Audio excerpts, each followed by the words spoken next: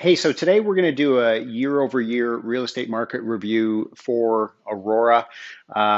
We're going to have a look at what happened in 2019, contrast that what happened in 2020, and give you a good comparison of what's going on in the market right now. And I'll finish off with talking about what to expect for buyers and sellers.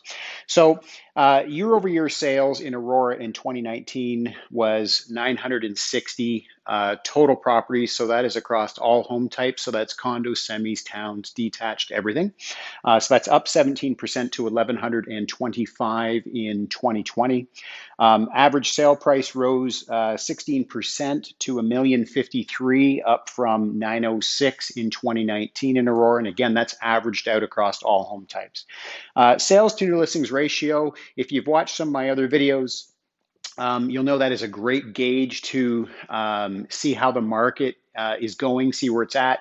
Numbers in the 20s, 30s, 40s tend to be indicative of a buyer's market. High 50s, 60s, 70s, 80s tend to be more indicative of a seller's market. So right now we're up 29% in sales to new listings ratio in 2020 in Aurora from 19. Now, what that means is out of the homes coming on the market each month, what is the percentage that are actually selling? So again, currently trending at 59%, which would be sort of in the beginning stages of a selling market. And depending on where you are in the GTA, we're seeing that SNLR number quite a bit higher and some quite a bit lower. And then, of course, that varies per home type as well.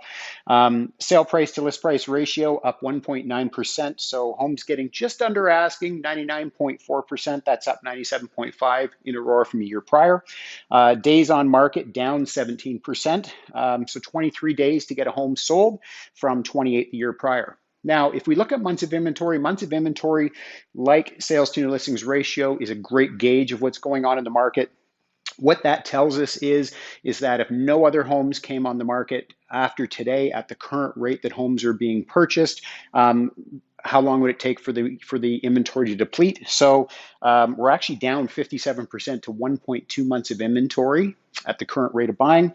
And that is previously at January 2020, we were actually starting the year last year at 2.8 months of inventory. So for sellers right now, you can certainly expect a lot of activity on your home, most likely a quick sale. We're seeing a lot of stuff in the last 14 days, we're seeing it disappear usually within inside of a week and usually within multiple offers.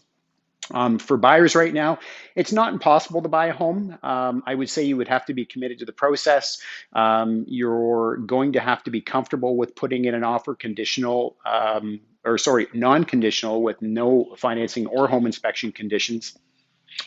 Depending on where the house is, sometimes there is a little variance to that, but for the most part, most times what we're seeing is firm offers is what wins the day. So as predictions go forward, typically coming into late January, into February and March, we see inventory levels rise, which tends to sort of burn off the multiple offers and the bidding a little bit because it's just simple supply and demand. Right now, there's not a lot of supply out there, which is sort of normal for the year.